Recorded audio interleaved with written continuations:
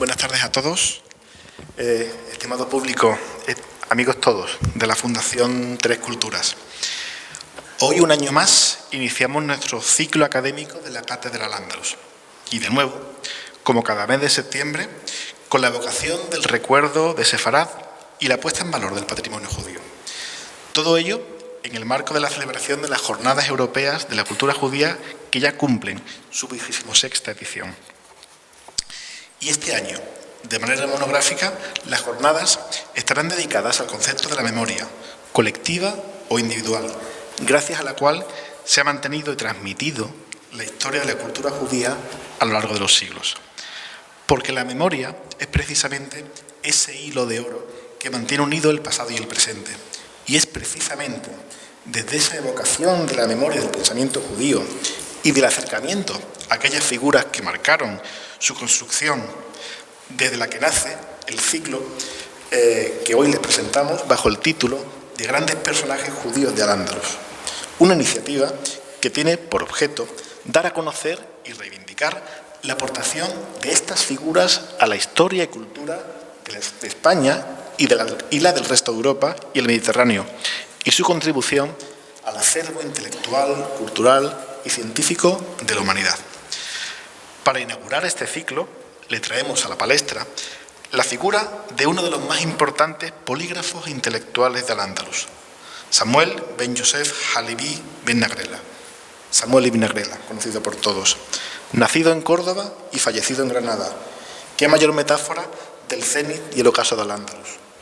Ibn Nagrela fue, sin duda, uno de los personajes más importantes del judaísmo hispano medieval desde el punto de vista social, político, literario e intelectual, según consta en el diccionario biográfico de la Real Academia de la Historia, secretario y visible del soberano Ciri de Granada, así como Naguib, o representante de la comunidad judía ante las autoridades musulmanas.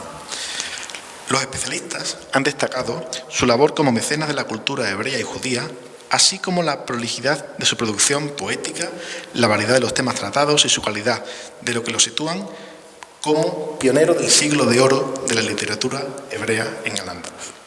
Y para darnos a conocer la trascendencia del personaje, contamos hoy con la presencia de María Ángeles Gallego García, científica titular del Instituto de Lenguas y Culturas del Mediterráneo y Oriente Próximo del Consejo Superior de Investigaciones Científicas, a las que aprovecho para dar la bienvenida a esta que es tu casa. María de los Ángeles presentará la ponencia Samuel ibn Nagrela, Naguib de los judíos, visir de los musulmanes. Gracias de nuevo, estimado público, por su asistencia y espero que disfruten de este ciclo y de la programación que le tenemos programada en los meses venideros. Una oportunidad para descubrir el legado de Al-Ándalus y su trascendencia, nuestro particular hilo de la memoria que engarza Oriente y Occidente. De nuevo, gracias.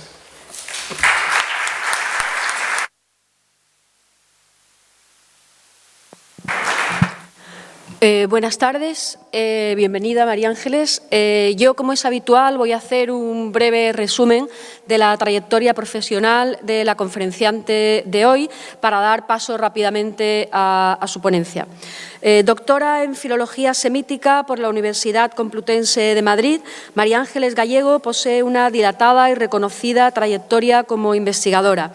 Ha liderado 2 proyectos de investigación del Plan Nacional dedicados al estudio de la literatura judeo-árabe medieval y, más concretamente, a la historia de las ideas lingüísticas entre los judíos del ámbito islámico.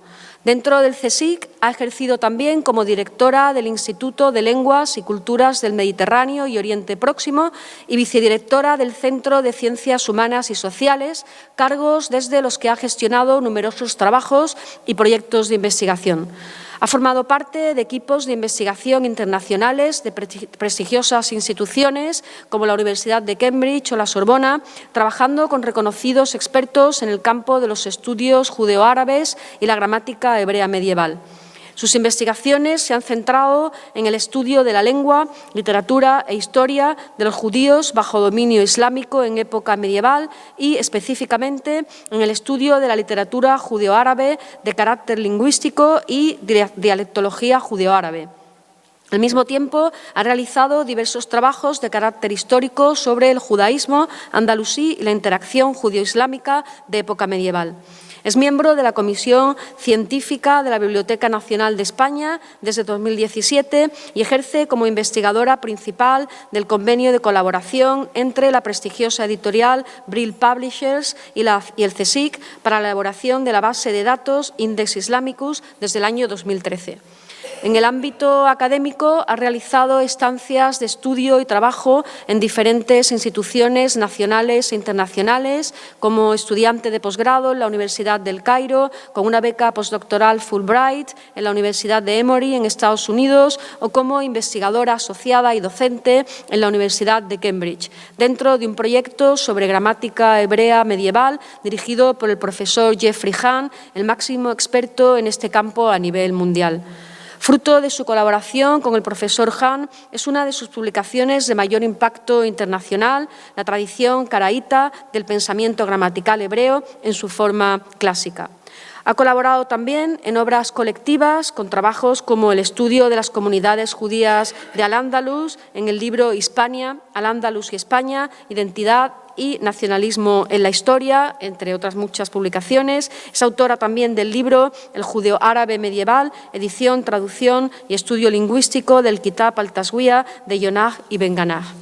Entre sus actividades editoriales se encuentra la dirección de 3 colecciones de monografías, colección de estudios bíblicos, hebraicos y sefardíes, Textualia junto a Juan Pedro Monferrer y Judeoarábica con Gideon Bohac. Además, forma parte del Consejo de Redacción de las revistas Alcántara y Sefarad del CSIC.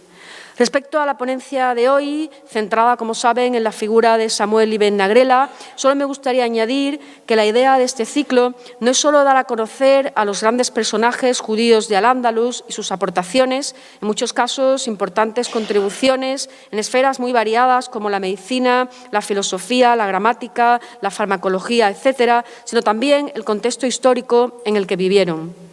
El análisis de este contexto nos permitirá entender mejor las circunstancias que hicieron posible hechos tan opuestos como el encumbramiento de Samuel Ibn Nagrela al cargo más alto jamás ostentado por ningún personaje judío en Al-Ándalus o la utilización por parte de los judíos de la lengua árabe clásica y del judeo-árabe en sus composiciones, junto a otros como el asesinato del propio hijo de Ibn Nagrela o la masacre de Granada de 1066, en la que se estima que perdieron la vida unos 4.000 judíos.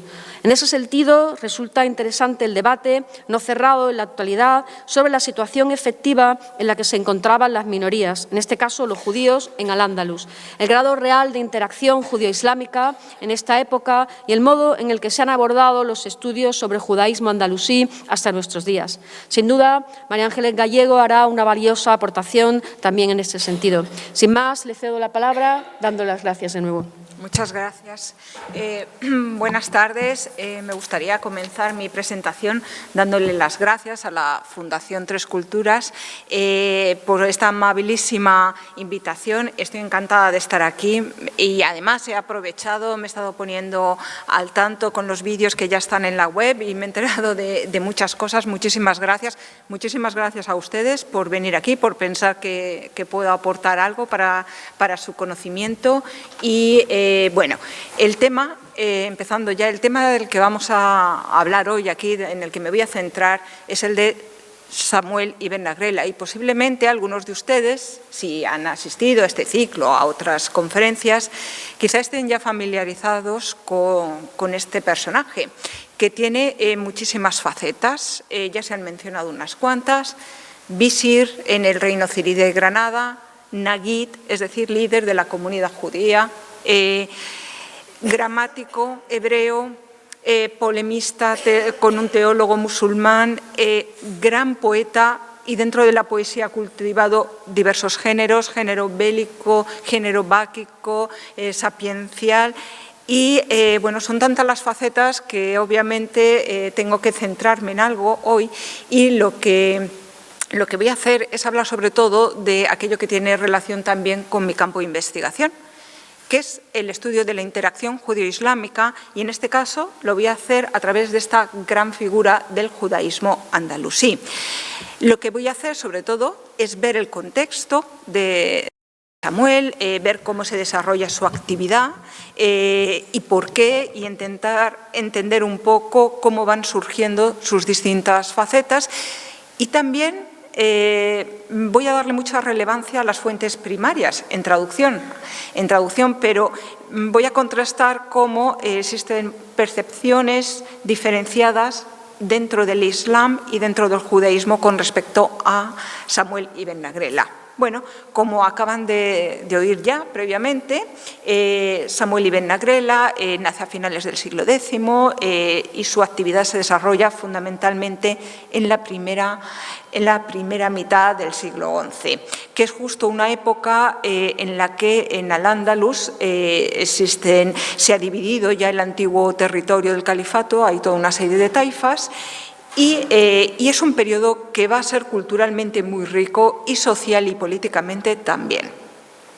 Su nombre en hebreo es Samuel ben Yosef Alevi ben Nagrela y posteriormente, una vez que adquirió este título honorífico de Anagid, pasó a ser conocido fundamentalmente dentro de las fuentes judías como Samuel Anagid. En las fuentes árabes se le conoció como Abu Ibrahim Ismail ben Nagrela y, bueno, como puede que ustedes conozcan, es habitual en el judaísmo medieval, pero también en el actual, que una persona tenga ese nombre judío en hebreo y a la vez un nombre que esté en la lengua de su entorno no judío, del entorno gentil, que en este caso era el entorno árabe. Y lo digo esto porque a veces da lugar a muchos equívocos en los índices, en la gente que va a buscar en las enciclopedias, siempre hay que explicarlo, que cuando hablamos de un autor judío hay que conocer sus dos formas de ser llamado en esa época, y que, sobre todo, no liarlo mucho y no mezclar, que a veces también lo hacemos. Bueno, siempre decimos que Samuel ibn Nagrela es una figura cumbre por todo lo que alcanzó, por todas las metas a las que llegó, en metas desconocidas en cualquier otra parte del mundo, de los judíos del mundo islámico, incluso y del mundo cristiano, por supuesto. Pero es que es además una figura emblemática, simboliza un concepto que se ha desarrollado desde el siglo XIX y que se conoce como la Edad de Oro del judaísmo andalusí. Voy a empezar hablando de lo que es la Edad de Oro como el contexto en el que creo que se puede entender y podemos captar de manera más coherente la figura de Ibn Nagrela. Por Edad de Oro se suele entender un periodo del judaísmo andalusí que más o menos abarcaría desde mitad del siglo X a mitad del siglo XII aproximadamente, y que es una época de un enorme auge del judaísmo en lo social, en lo político y muy especialmente en lo cultural y lo artístico. Es una época en la que se produce una poesía de muchísima calidad, en mucha cantidad. Luego me detendré en ese fenómeno. Y que, bueno, es un concepto que también es bastante flexible porque a veces se utiliza para referirnos a todo lo que fue la vida del judaísmo en Al-Ándalus. Pero de manera un poquito más restrictiva, como ya digo, sería más bien ese periodo y referido sobre todo al auge social y a la poesía. ¿Y quién propone esta denominación para hablar de los judíos de Al-Ándalus? Bueno, pues eso en sí mismo es de gran interés. A mediados del siglo XIX, los judíos de Centro Europa, que sufren una situación de gravísima discriminación, desarrollan un movimiento que se conoce como Wissenschaft des Judentums, que es un movimiento intelectual en el que van a intentar desarrollar el conocimiento judío de manera moderna, de manera académica, con criterios científicos y secularizándolo también de alguna manera. Y entre sus campos de investigación va a estar la historia del judaísmo. Uno de los grandes sabios de la Wissenschaft es un autor que se llama Graetz y que va a hacer una gran historia del pueblo judío desde los tiempos bíblicos hasta su época, pasando por todos los periodos, por todos los ámbitos geográficos, etcétera. y esos 11 volúmenes que tiene su historia del pueblo judío, primero en alemán y luego en inglés, hay unas ideas que, aparte de suponer un avance tremendo para el conocimiento del judaísmo, porque hace ya una gran recopilación de datos del pueblo judío, de toda la historia del pueblo judío, de una manera relativamente académica para la época, claro, un avance, pero además en esta gran historia del pueblo judío hay una agenda no oculta, hay una agenda, hay un motivo ulterior que es buscar modelos sociales que sirvan para entender cómo y en qué circunstancias la comunidad judía se puede integrar en su entorno. Ellos, los judíos de la Wissenschaft, viven en una situación, como ya digo, de grave marginación en Centro Europa, desde no tener acceso a las universidades, a la administración pública, a otra serie de circunstancias pues, bueno, muy perjudiciales para ellos. Y quieren encontrar, están buscando una salida, un modelo social que pueda servir y que ellos puedan buscar para su futuro. Bueno, pues dentro de esta historia del judaísmo, que se está escribiendo en este momento, están buscando esos modelos y llegan a una conclusión muy importante y que hoy en día nos parecería tremenda. Llegan a la conclusión de que donde los judíos se desarrollan plenamente y las situaciones sociales en las que armonizan y se integran en el entorno es bajo dominio islámico. Y sobre todo si se compara con el mundo cristiano, una situación increíblemente más ventajosa, que luego vamos a ir viendo por qué.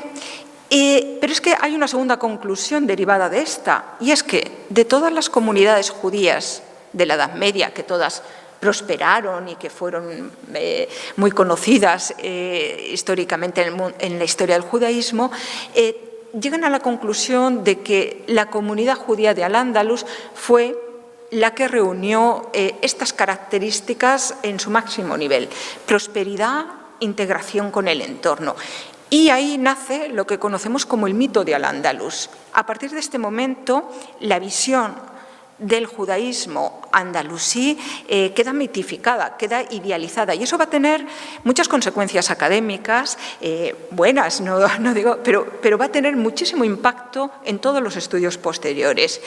Es una visión que está romantizada y idealizada, y que por eso cuando hoy en día la utilizamos lo tenemos que hacer con bastante precaución y valorando la información que tomamos. Pero sobre todo es interesante ver que esta idea de la Edad de Oro nace dentro del propio mundo judío, como ya digo, de Centro Europa en el siglo XIX. Hay varios elementos que se consideran especialmente críticos en la Edad de Oro.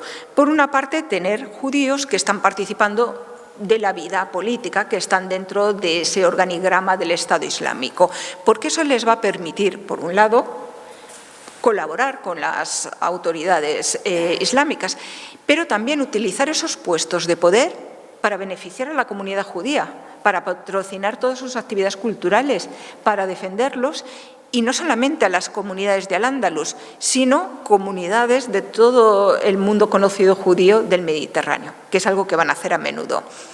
Otro factor muy relevante es el renacimiento de la lengua hebrea. Y esto, curiosamente, es algo que no es especialmente conocido. Todo el mundo piensa que la lengua hebrea, después de que deja de hablarse, ya pues, aproximadamente en el siglo I de la era común, no renace hasta la creación del moderno Estado de Israel, que es cuando se ponen a ello y de nuevo renace. Pero es que en Al-Ándalus hubo otro renacimiento de la lengua hebrea. Fue un renacimiento de la lengua hebrea bíblica escrita. No quiere decir que empezaran a hablar en hebreo, pero que tuvo mucha relevancia. Porque, para empezar, los judíos tenían un problema desde antiguo para utilizar la lengua hebrea por la razón de que desconocían los mecanismos gramaticales internos. Había partes de la gramática y especialmente de la morfología hebrea que les era desconocida. En Al-Ándalus, por fin, se descodifica y se escriben las grandes gramáticas hebreas y diccionarios que van a permitir utilizar esta lengua, que está muerta como lengua hablada, pero que va a servir para empezar a escribir poesía.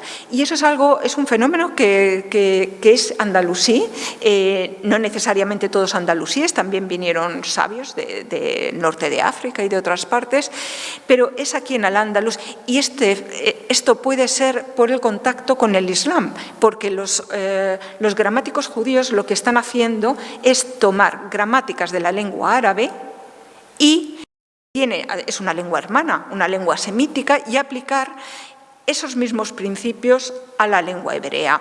Hay, de hecho, un gramático, el gramático más conocido de Al-Ándalus, gramático judío, que es Yoni Ben Jannah. Bueno, pues Yoni Ben Jannah, por ejemplo, que es un autor en el que yo he trabajado, coge pues, obras de gramáticos musulmanes, como Al-Mubarrad, y copia literal fragmentos dedicados a lo que sea, al verbo, a la inflexión nominal, etc. Y tal cual lo traspasa a judío-árabe, es decir, lo pone en árabe con caracteres en hebreo, con alfabeto hebreo, y donde llega un ejemplo en árabe, pues pone un ejemplo en hebreo bíblico. En fin, un ejemplo de interacción real. Y es gracias a este renacimiento de la lengua hebrea como se produce el otro fenómeno que es clave en la Edad de Oro, que es la producción poética, el empezar a utilizar el hebreo no ya como lengua de la liturgia o como lengua exclusivamente de algún poemita religioso, sino a gran escala, a poemas báquicos, poemas de amor, poemas sapienciales. Tenemos una playa de poetas judíos. Esto es la Edad de Oro. Y bueno, pues dentro de esta Edad de Oro destaca especialmente la figura de la que estamos hablando hoy, que es Shemuel Ibn Agrela, y que reúne de alguna manera todas estas características de las que se habla cuando hablamos de Edad de Oro. Participa activamente en el gobierno musulmán. Luego lo veremos cómo llega a ser primero secretario y después visir. Es a la vez líder de su comunidad, líder de la comunidad judía. Es reconocido, además, no solamente en Al-Ándalus, sino en todo el mundo judío. Trabaja activamente en campos como la gramática hebrea. También escribe, no se nos ha conservado mucho, pero también escribe sobre la halajá, sobre la ley judía. Mantiene un intercambio de opiniones polémicas con un autor musulmán, Ibn Hazm. Y sobre todo, es un gran poeta y además escribió muchísimas poesías. Unas poesías de gran calidad, pero que además son increíblemente informativas sobre el periodo y sobre él y sobre el reino de la taifa zirí de Granada. A ver. ¿He cambiado? Bueno. Pero vamos a ver, antes de centrarnos en este papel de Shemuel como visir, la primera pregunta que a uno le surge es: ¿puede un judío llegar a ese nivel de participación, a ese nivel tan alto en la corte musulmana? Porque, bueno, si han venido aquí a otras conferencias, seguramente esto les sonará. Judíos y cristianos dentro del mundo islámico están sujetos a un pacto que establece el Estado Islámico con estos dos grupos, las gentes del libro, que les llaman, para regular su vida y su existencia dentro de las tierras del Islam. Y de acuerdo con ese estatuto legal o dhimma, se establece claramente, bueno, hay una parte positiva, por supuesto, el Estado garantiza el derecho a la vida, a mantener sus propiedades, a desarrollar sus actividades profesionales, etcétera, a autorregularse internamente, a llevar ellos sus cosas, pero también les impone un impuesto especial, la jizya, y tienen que aceptar un estatuto de inferioridad frente a los musulmanes. Eso es parte de este pacto que hay con el Estado Islámico. Y esa subordinación o estatuto de inferioridad frente al Islam se refleja en muchas cosas. En esta época, por ejemplo, Los judíos no pueden montar en caballo, tienen que utilizar otro tipo de animal que no sea noble. No pueden llevar armas, no pueden tener esclavos musulmanes, pero, ante todo, no podrían ostentar un cargo que suponga tener una jerarquía superior a la de un musulmán. De ahí que uno se extrañe cuando vemos que en Al-Ándalus, y no solo en Al-Ándalus, hay visires trabajando dentro de la corte islámica. ¿Y por qué? Uno se pregunta, ¿y por qué estos gobernantes se buscan este posible problema? Que realmente no es potencial, se puede convertir, y de hecho lo hemos visto, en problema con las autoridades religiosas. Entonces, ¿por qué se arriesgan? ¿Qué ventaja tiene tener a Samuel ibn Agrela o a Hasdai ibn Shaprut en la corte islámica? Bueno, está en primer lugar el factor de las capacidades de la persona en cuestión. Un gran visir de Al-Ándalus fue Hasdai ibn Shaprut, que ni más ni menos que era médico y especializado en venenos, que era la forma más habitual de morir en aquella época para un soberano musulmán, por ejemplo. Pero hoy, en el caso de Samuel, vamos a ver que la pista o el camino que le conduce hacia la corte cirí de Granada va a ser su habilidad como calígrafo. Ahora lo explicaré. Pero una vez que entran, ¿por qué quiere este soberano musulmán mantener a un judío sabiendo que de alguna manera está contraviniendo los principios de la dhimma? Bueno, de alguna manera no, los está contradiciendo realmente. Bueno, esto tenía varias ventajas. En primer lugar, la ley islámica es muy clara con respecto a quién puede ser la máxima autoridad dentro de un Estado islámico, exclusivamente un musulmán, y eso sí que no se lo puede saltar nadie. Esto significa que si tú tienes a una persona con mucho poder dentro de tu corte y no es musulmana, no te va a poder sustituir o no va a tener interés en envenenarte o en hacerte desaparecer o en fomentar una rebelión de algún tipo. Entonces, eso puede dar mucha tranquilidad a ese soberano musulmán, saber que con un judío no existe ese peligro, que un judío nunca se puede presentar como califa ni como emir.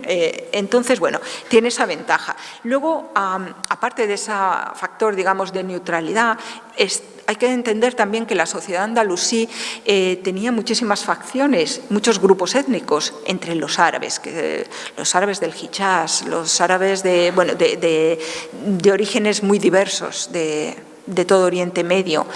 Pero también entre los bereberes que venían del norte de África había diversas facciones y diversos grupos. Y luego, además, los árabes contra los bereberes. Podía haber muchas fricciones entre unos grupos y otros. Y ahí la ventaja era que el visir judío podía apoyar, pero directamente no iba a pertenecer nunca a uno de estos grupos. Y esto es, de hecho, algo que se valora en el caso de Samuel ibn Agrela, si tenemos en cuenta lo que dice, por ejemplo, un rey cirí de la época, Abdallah, que nos ha dejado unas memorias. Entonces, como ya comento, para ir moviéndonos un poquito, Samuel, curiosamente, la aptitud que le lleva a entrar en la corte islámica, y esto puede extrañarles, es su habilidad para la caligrafía árabe. Samuel se había formado en Córdoba, era de una familia de élite, una familia que le proporciona una formación amplísima en cultura árabe, en lengua, literatura árabe, por supuesto, en cultura islámica, también lengua, literatura hebrea y también el mundo clásico, el mundo griego, que era muy importante en esta época. Y bueno, dentro de toda esta formación que él tenía, cuando se establece en Málaga, huyendo de las revueltas que hay en Córdoba, desempeña varios trabajos, comerciante, recolector de impuestos, pero entre estas tareas también hay una que desarrolla, que es muy interesante, que es la de ser calígrafo, copiar cartas por encargo o escribirlas, que sí se las dictan, porque tenía, por lo visto, pues, una forma de escribir árabe muy alabada y muy cuidada. Sin que él lo supiera, sus cartas, algunas de ellas, estaban siendo encargadas por el secretario del rey Ciri de Granada y se las estaba haciendo llegar, que esa es la forma en la que él va a entrar en esa corte de los ciríes en Granada. Esta historia de su habilidad como calígrafo a veces se ha tenido un poco como una leyenda o bueno, pues, un tópico, pero quien lo transmite es Abraham ibn Daud, un cronista judío del siglo XII, pero realmente yo creo que hay datos suficientes para pensar que sí que fue esa habilidad como calígrafo. Y lo vemos, por ejemplo, en los propios poemas de Shemuel ibn Agrela. Estos, por ejemplo, son muy cortitos y bueno, pues, muy ilustrativos de cómo él ve su labor como escritor en árabe. Oh Cálamo, voy a cantar tus favores, que gracias a ti se llenó mi mano de riqueza y gloria. Y con tu lengua mi lengua hizo callar a los valientes. También otro poemita que le dedica a su hijo Yehosef. Yehosef, coge tu pluma y endereza sobre papel bien fino la escritura. Haz grandes, igual que agrandar a Dios en el combate, mis pasos, las letras y las palabras. Hay otros, pero bueno, también voy a incluir este otro que, fíjense, es de un judío que vive en la Provenza, en el sur de Francia, en el siglo XII, un gran traductor, Yehudi ben Tibbon. Bueno, pues hasta esta parte del mundo había llegado toda la leyenda, por supuesto, de Shemuel ibn Agrela y de sus aptitudes y de cómo fue el gran visir de los ciríes. Y este Yehudi ben Tibbon, en el siglo XII, le escribe esta carta a su hijo que se nos ha conservado. 7 años o más han pasado desde que empezaste a aprender a escribir en árabe, pero a pesar de mis esfuerzos, te niegas a obedecer. Sin embargo, sabes muy bien que nuestros hombres más importantes alcanzaron su prestigio gracias a su facilidad con el árabe. Ya has visto lo que el Naguid, es decir, Samuel ibn Agrela, bendita sea su memoria, ha dicho sobre su subida al poder, que se debió exclusivamente a esta razón. Y lo mismo sucedió con su hijo. Bueno, tras esta labor como calígrafo, que está copiando cartas, en principio seguramente él no sabía a dónde estaban llegando estas cartas, que era directamente a la corte de Ciri, pero este secretario del soberano, que se llama Ibn al-Arif, le va encargando más cosas. Se da cuenta de que es un hombre privilegiado intelectualmente, que no solamente puede copiar y tener una buena caligrafía, sino que realmente puede elaborar cartas y asesorar y realizar todo tipo de labor, por lo que vemos qué pasa después. Y bueno, pues así va adquiriendo Samuel ibn Agrela todo este peso específico dentro de la corte de los ciríes en Granada. Cuando fallece Ibn al-Arif, Samuel ibn Agrela va a sustituirlo en la corte cirí. Y aquí tenemos dos teorías, depende de que uno consulte, fuente judía o fuente musulmana. ¿Cómo llega a sustituir a Ibn al-Arif? Porque un miembro de esta familia, de los ciríes, Abdallah, que como ya he mencionado antes, escribió unas memorias donde habla, por cierto, bastante de estos episodios, dice que en principio Jabús, que era el dignatario musulmán, no lo había nombrado a él, sino al hijo mayor de Ibn al-Arif, pero que Samuel ibn Agrela era una persona que estaba ahí todo el tiempo, vamos, un trepa y ahí que estaba haciéndole quedar mal a este chico todo el tiempo y que no paró hasta que finalmente Jabús lo nombró a él y apartó al hijo de Ibn al-Arif. Esa es la versión de Abdallah. En las fuentes judías tenemos otra historia completamente distinta, y es que Ibn al-Arif, que había conocido estas facetas de Ibn Agrela y de lo útil y necesario que podía ser en la corte de Granada, se lo dijo él mismo en su lecho de muerte al rey, y le dijo que realmente parte de todo el trabajo que él había visto en él como secretario lo estaba haciendo Samuel, y que lo contratase a él, que lo pusiera bajo su servicio. Entonces, bueno, sea como fuere, ahí tenemos ya a Samuel Ibn Agrela, que paulatinamente, o quizá muy rápido, es difícil saberlo, más bien rápido, adquiere nuevas funciones hasta llegar a ser visir, y dentro de esas funciones como visir observamos que frente a otros visires judíos, Samuel alcanza unas cuotas de poder que no hemos visto en ningún otro caso. Es especialmente llamativo el que él participe o incluso que pudiera llegar a capitanear, eso no queda claro, al ejército musulmán. Todos los años era habitual en la Taifa de Granada, como en muchas otras, el hacer la racia de verano, el salir con el ejército, y lo normal era intentar quitar territorios o atacar a otras taifas musulmanas. Bueno, pues Samuel Ibn Agrela tiene todo un diván de poemas dedicados a cada una de estas batallas, a las 20 campañas que él hizo con el ejército musulmán, descritas con todo lujo de detalles, eso sí, con un tono adaptado a la Biblia, porque esto es algo muy típico, esta forma de, por una parte, estar muy inmerso en el mundo árabe islámico, pero siempre también ese otro lado de propia identidad judía, de adaptación a la tradición hebrea. Entonces, en esos poemas describe y alaba, porque él se siente parte y siente a los judíos como parte de esa empresa militar que va a defender la Taifa de Granada, él el primero. Y después lo relata en unos poemas maravillosos en los que los nombres aparecen todos cambiados, son personajes bíblicos, pero bueno, aún así, gracias entre otras cosas a la excelente labor de Ángel Sáez Vadillos y de Judith Targarona, tenemos todo su diván muy bien estudiado y publicado en hebreo y en español. Bueno, pues todas estas facetas de Samuel Ibn Agrela claramente llamaron la atención de los musulmanes contemporáneos y suscitó reticencias, como no podía ser de otra manera.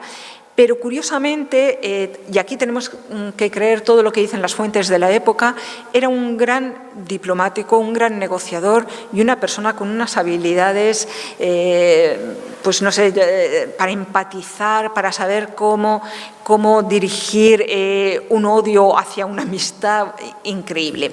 Vamos a ver, por ejemplo, lo que dice el gran historiador musulmán Ibn Hayyan sobre Ibn Agrela. Este hombre maldito, aun a pesar de que Dios lo había apartado del camino correcto, que esto es una forma de decir que no era musulmán, era uno de los hombres más perfectos. Poseía sabiduría, indulgencia, entendimiento e inteligencia. Era de carácter apacible, firme, astuto y ladino. Tenía autocontrol y era de naturaleza agradable. Sabía cuándo hacer las cosas. Embaucaba a sus enemigos y ahuyentaba su odio gracias a su benevolencia. ¡Qué hombre tan extraordinario! Escribió con las dos plumas, es decir, que escribió tanto en hebreo como en árabe, y se interesó en el conocimiento de ambas literaturas. Le apasionaba la lengua árabe y la investigó. Estudió su literatura y analizó sus principios. Su lengua hablaba el árabe con elocuencia y su mano lo escribía con fluidez. Solía escribir en esta lengua tanto en su nombre como en nombre de su rey, empleando cuando hacía falta las invocaciones a Dios, es decir, a Allah, ensalzado sea, y las bendiciones al profeta Mahoma, Dios lo bendiga y salve. Elogiaba a la religión islámica y se extendía en la mención de sus méritos, y en aquello que redactaba no se abstenía de parecer un escritor musulmán. En el arte de la dialéctica superaba infinitamente a todos los que la practicaban. Al ser un hombre inteligente, era un hombre de pocas palabras, odiaba la injuria, siempre estaba reflexionando y era un gran coleccionista de libros. Bueno, aquí tenemos unos fragmentos riquísimos, fíjense lo que estamos leyendo. O sea, que Samuel Ibn Agrela, cuando escribía las cartas en nombre del rey Jabús o del rey Badis, de los ciríes, tenía esta soltura para introducir todas las fórmulas que uno tiene que introducir cuando eres musulmán, desde las alabanzas al profeta Mahoma a las frases coránicas que hay que citar dependiendo de las circunstancias, de lo que se está hablando. Y, por supuesto, la mención a Dios y sin tener ningún reparo, porque para él debía ser lo natural hacerlo así y luego a la vez también desarrollar su otra faceta y sin ninguna contradicción ni ningún tipo de fricción como judío y como persona creyente y protectora de su propio pueblo. Si vamos a un autor judío, a Abraham ibn Daud, por ejemplo, vamos a ver una visión distinta. También lo va a alabar, pero claro, lo que va a destacar es lo que se ve desde el lado judío. Dice, Rabbi Shemuel fue nombrado Nagid en el año judío 4787. Favoreció al pueblo de Israel en España, el Magreb, África, Egipto, Sicilia e incluso a la Asamblea de Babilonia y a la Ciudad Santa. Todos los hijos de la Torá en estos países gozaron de sus bienes. Compró muchos libros, las Santas Escrituras, la Mishnah y el Talmud, que también son Santas Escrituras. Todo aquel que quería hacer del estudio de la Torá su oficio, tanto en España como en los países mencionados, podía contar con que él le pagaría. Tenía secretarios que escribían la Mishnah y el Talmud y los regalaba a los discípulos que no podían comprarlos. En las academias de España y en las de los países mencionados, cada año salía de su casa aceite de oliva suficiente para las sinagogas de Jerusalén. Difundió mucho la Torá y murió de edad avanzada, después de haber merecido las 4 coronas, la corona de la Torá, la del dominio, la de un levita y finalmente la corona de un buen nombre que llevó sobre sus espaldas, así como sus buenas acciones sobre las otras 3. Bueno, como ven, esta descripción de Samuel ibn Nagrela no tiene nada que ver con la de Ibn Hazm, porque son 2 perspectivas completamente distintas, pero que nosotros, cuando estudiamos una figura de esta relevancia, tenemos que saber combinar para extraer esta imagen global de esta figura tan relevante. Es un pasaje riquísimo, cuenta cómo, no solamente cómo actuaba Ibn Nagrela, sino cómo era el mundo de los visires. Era aprovechar este puesto de poder para proteger comunidades judías en territorio andalusí, pero también más allá, para mostrar tu solidaridad, para comprar manuscritos o copias o encargarlas. Hay que tener en cuenta que había muy pocas copias, por ejemplo, de muy pocos códices bíblicos. Bueno, pues una de las cosas que hace Ibn Nagrela es encargar muchas copias y proporcionárselos a aquellos que no se las podían permitir. Perdón.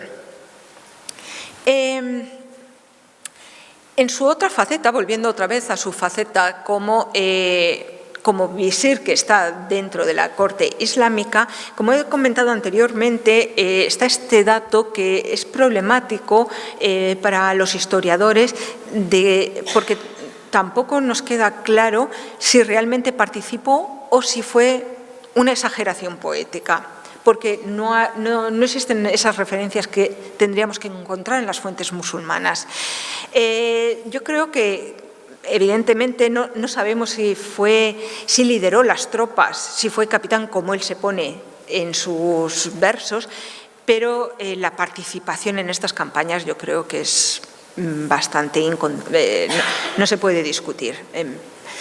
Vamos a ver rápidamente unos fragmentos de este poemita que de nuevo nos dan mucha información sobre esta interacción de judaísmo-islam, de visir judío en el entorno islámico.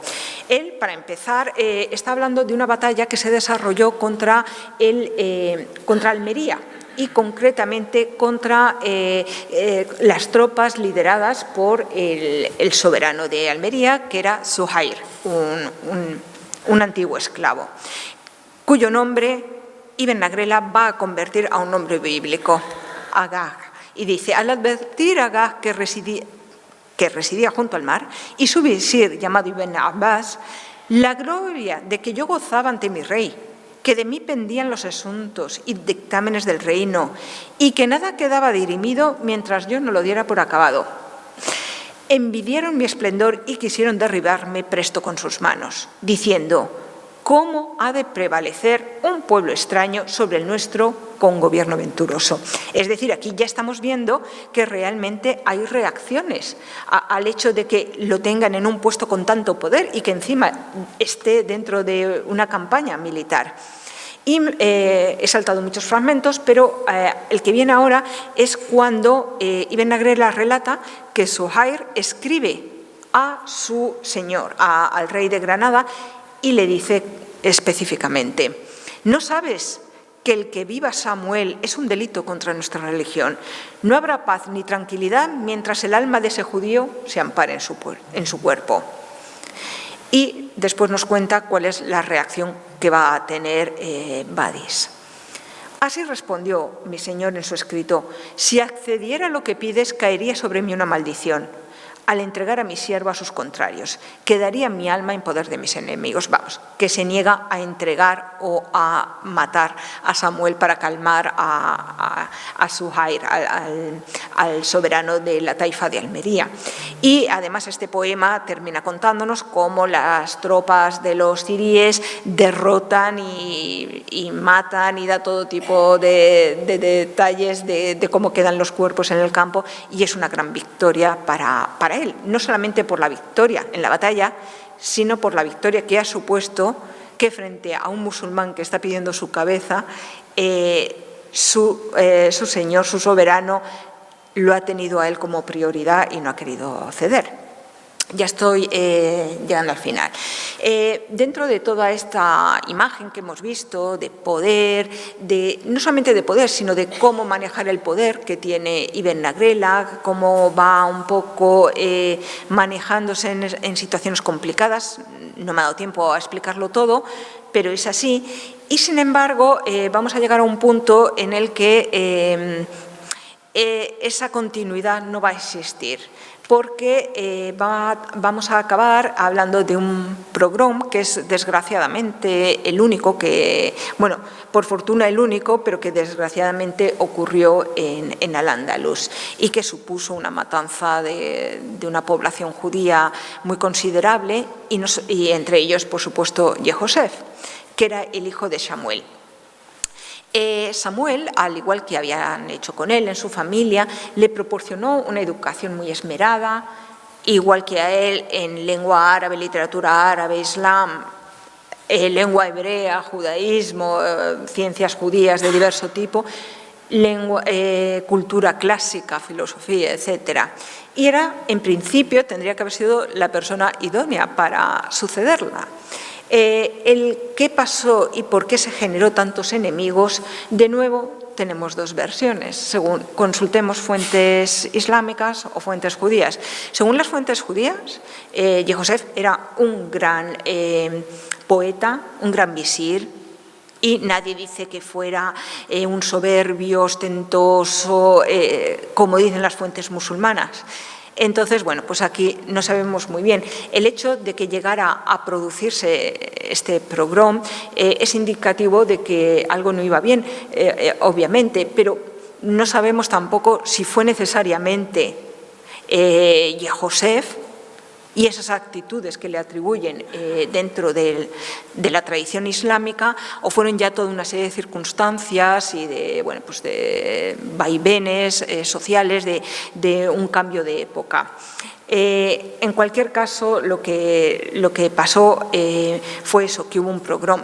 Y este pogrom estuvo precedido por una difusión de un poema que he traído aquí en la traducción que realizó María Jesús Viguera, un poema que creo que es muy interesante. Aparte del odio antijudío, que salta desde la primera palabra hasta la última, hay datos que nos hacen repensar cómo era esa vida judía dentro del Estado Islámico y las fronteras que vemos ahora, en retrospectiva, no era conveniente pasar, por lo menos para no llegar a este punto.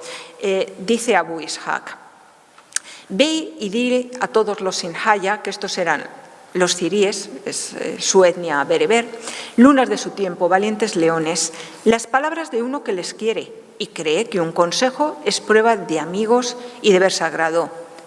Vuestro Señor ha caído en un error grave, que a los maldicientes les ha dado tema.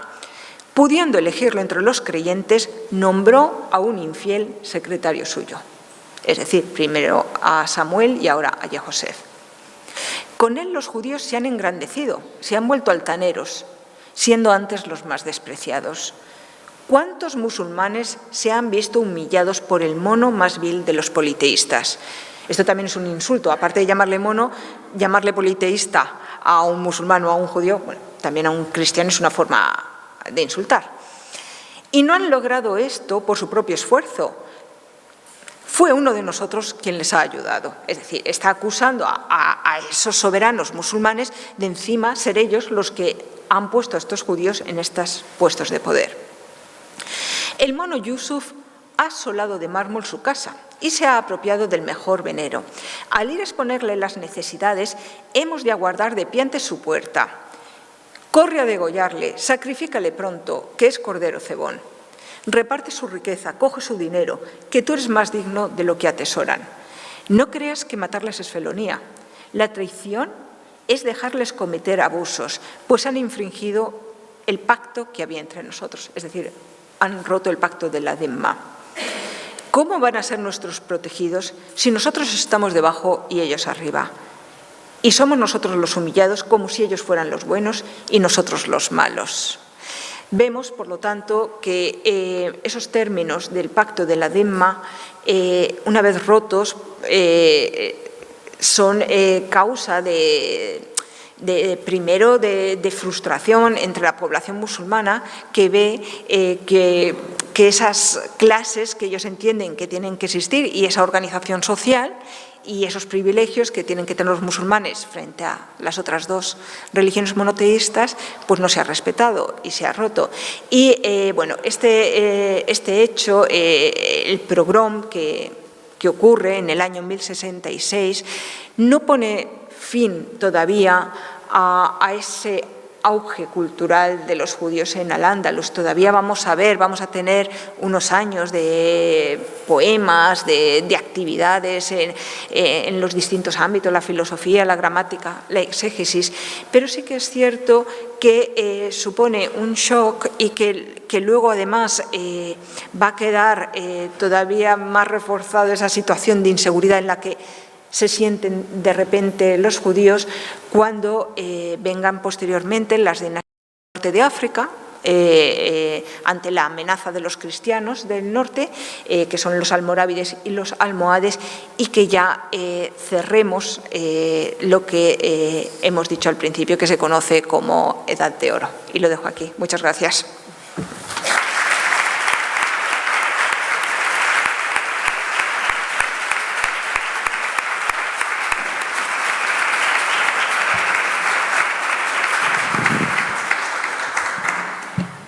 Vamos a abrir el turno de preguntas. Mi compañero tiene un micrófono que les puede pasar para que lo pueda escuchar toda la sala. ¿Alguien tiene alguna pregunta?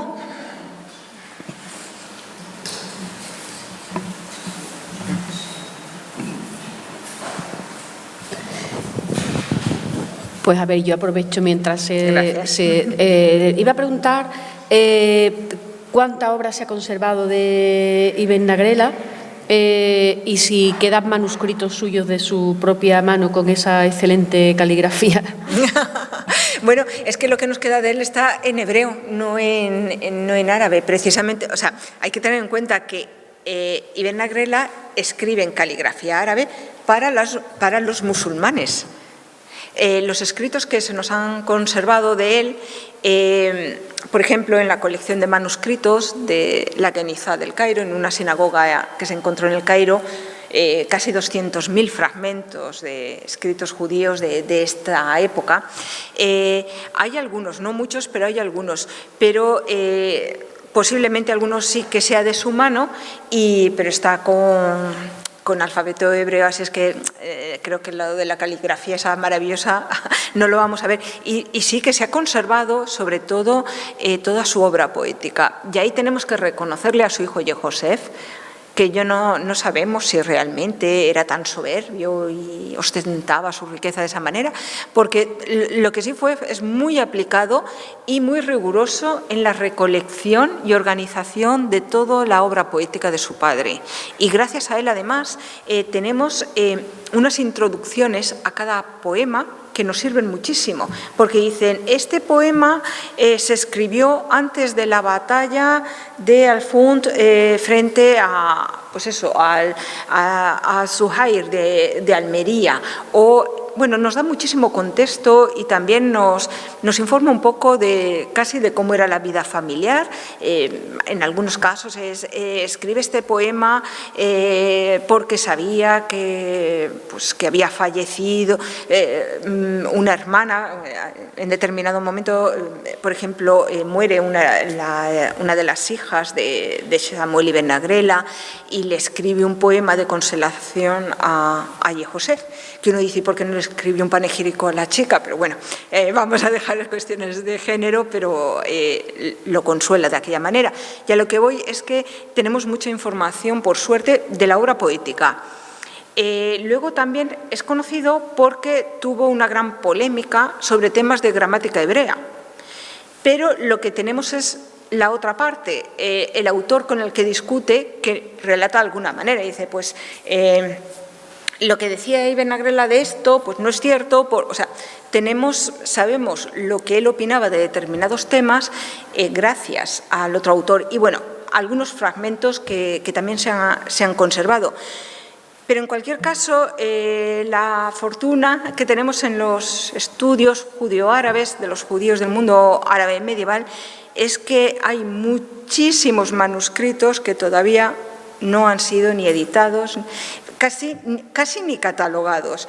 Hay una colección, por ejemplo, la colección Firkovich, que estaba en la antigua Unión Soviética y que fue una colección, creo que tienen, las dos partes de la colección suman cerca de 30.000 manuscritos, y no digo 30.000 hojas, sino 30.000 obritas, o sea, y que fue una colección a la que no podían tener acceso los investigadores, por lo menos no los occidentales, hasta que cayó la Unión Soviética. Después, finalmente, ya se abrió, a día de hoy está en la Biblioteca Nacional de San Petersburgo, en la Biblioteca Nacional de Rusia en San Petersburgo, pero hasta que eso se ponga al día, vamos a tardar mucho tiempo y es riquísima, tiene obras muy antiguas, autores que no conocíamos. Entonces, hasta que eso se pueda procesar, son generaciones de investigadores.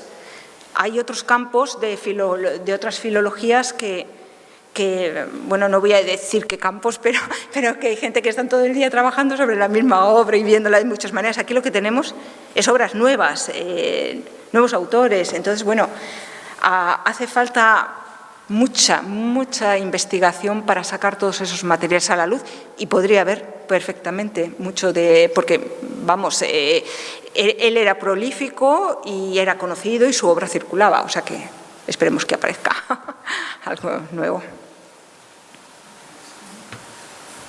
Sí, hola. Hola. ¿Se escucha? Sí. Bueno, muchas gracias por la linda conferencia.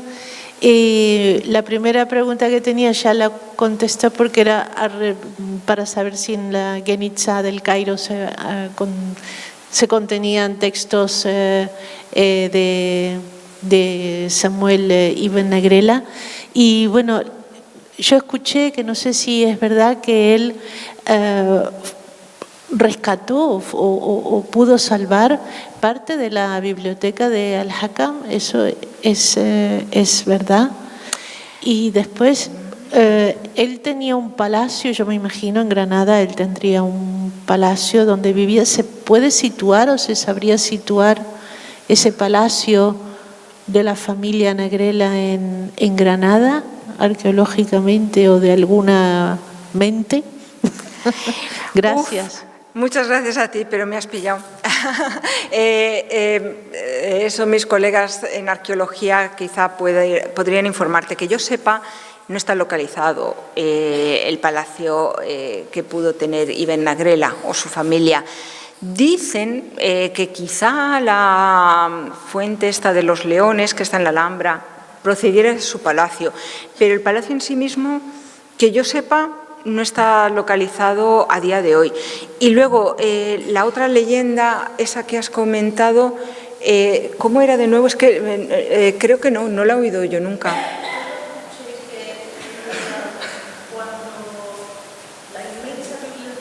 Sí. Ya.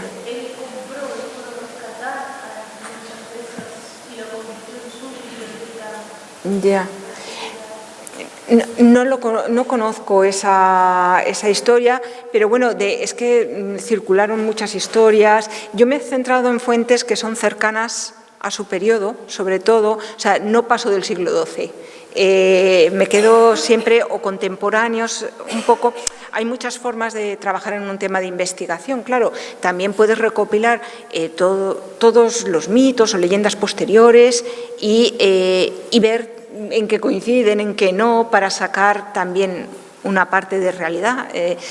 Pero bueno, no lo conozco. Desde luego a mí no me consta esa historia, por lo menos en las fuentes en las que yo he trabajado, lo siento.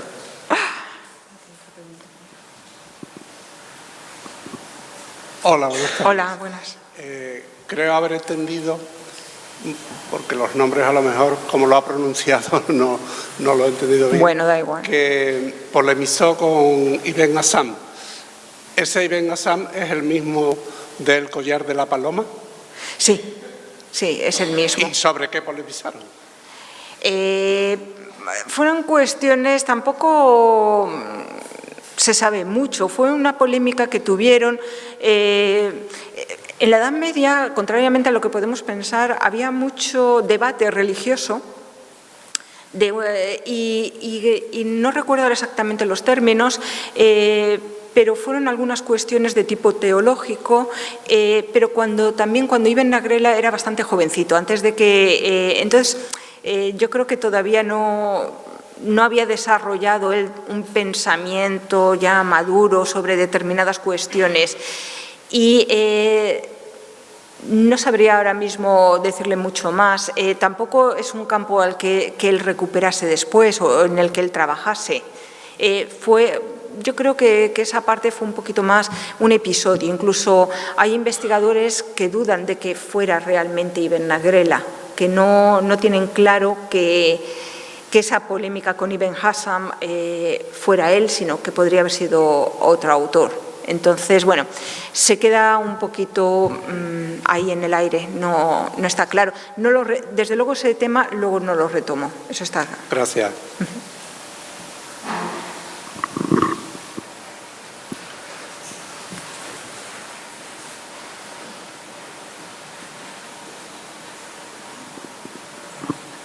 Una preguntita con respecto a la introducción que marcaste sobre el periodo de oro de la poesía. Cómo se empieza a escribir en hebreo, que era una lengua muerta, pero que de alguna manera se recupera. ¿Quién eran los receptores de esa poesía, imagino, culta?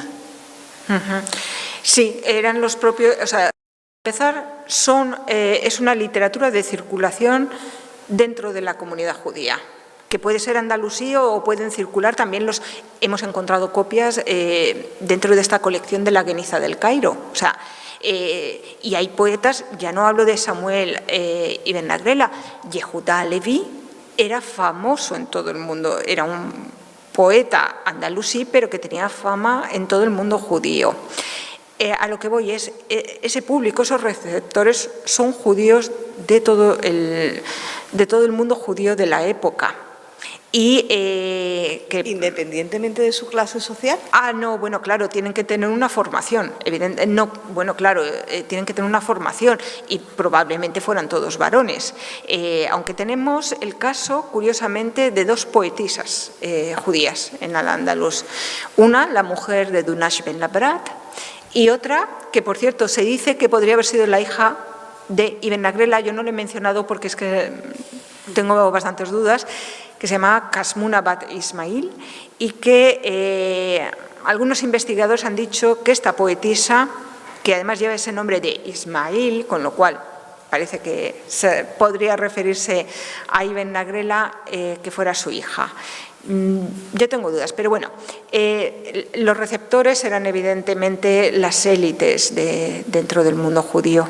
Y se propagaban, por ejemplo, en el mundo cristiano sabemos que son los monasterios. ¿En el mundo judío? En el mundo judío tenían circulación plena. Es increíble lo que circulaba todo. Además es que había muchísimo comercio y había muchísimo movimiento en el Mediterráneo, y no solamente en el Mediterráneo, en el Océano Índico. Por poner un ejemplo, en Al-Ándalus vino un famosísimo comerciante egipcio que se llamaba Jalfón Ben Netanel, de Alejandría, y que tenía toda una flota mercantil que estaba comerciando con especias, bueno, con todo tipo de productos, ya digo, en el Mediterráneo y también en el Océano Índico. Bueno, pues por ejemplo, Jalfón vino al Andalus porque quería estudiar en Lucena con el rabino Ibn Megash, y pasó un año aquí, y tenemos mucha de la correspondencia que él escribe estando aquí, correspondencia de trabajo con sus negocios en Alejandría, pero también cuando él ya se va de Al-Ándalus, después de estar este año de Fulbright Scholar, podríamos decir, se vuelve a Alejandría y mantiene correspondencia con sus amigos de Al-Ándalus. Y está diciendo, ay, cómo echo de menos aquellas veladas, y tiene conversaciones de tipo de tertulia poética. Y estaba en Alejandría. Toda esta obra poética estaba circulando, tenemos constancia de que estaba circulando. Por ya terminar con la respuesta a esta pregunta, el caso de Yehuda Leví, que es probablemente el poeta más famoso de Al-Ándalus. Bueno, él al final de su vida decide irse a Jerusalén. Ya se cansa de Sefarad, dice que Sefarad es maravillosa, pero que él quiere irse a Sion. Y bueno, escribe además toda una serie de poemas que se llaman las Siónidas, de cantos de la vuelta a Jerusalén, de la vuelta a Sion. Bueno, pues de este poeta también nos han quedado cartas, porque cuenta que él, que quiere llegar a Jerusalén, no termina de llegar porque lo van parando por todas partes, en todos los puertos, y lo enganchan para que haga un recital, para que conozca no sé quién. Y él, que quiere llegar a Tierra Santa, bueno, pues en Egipto pasa una temporada larga, y él lo cuenta en cartas que se han conservado, porque era famoso, y eso nos da una idea de hasta qué punto pues, la cultura estaba circulando, y con bastante rapidez, por lo que parece.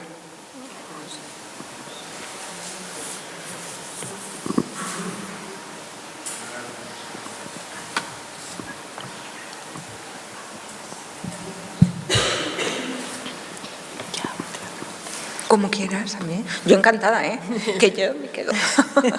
Bueno, va enfocado, ¿qué apoyo tenéis a nivel de investigación y qué parte así de España hay más interés en este tipo de temas? ¿En este tipo de tema? A ver, en España, los estudios judíos son minoritarios.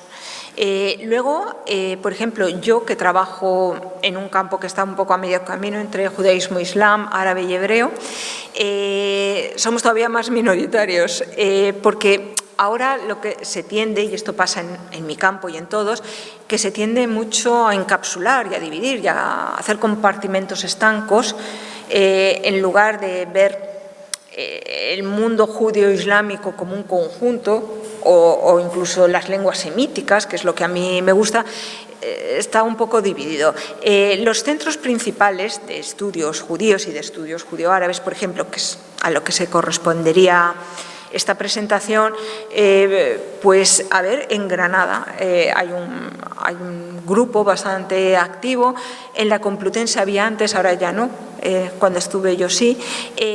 En Barcelona un poquito, pero somos muy poquitos. Estudios judíos a día de hoy yo creo que es así con una presencia relevante, Granada, Salamanca, la Complutense y Barcelona. Y bueno, intentando mantenernos. Bueno, yo no trabajo en la universidad, pero yo trabajo en el CSIC, pero somos muy pocos, sí. Es ya, claro, es muy difícil encontrar vocaciones dentro de este campo, porque sobre todo luego las salidas realmente, aparte del turismo o dedicarte a la investigación o la enseñanza, son mínimas.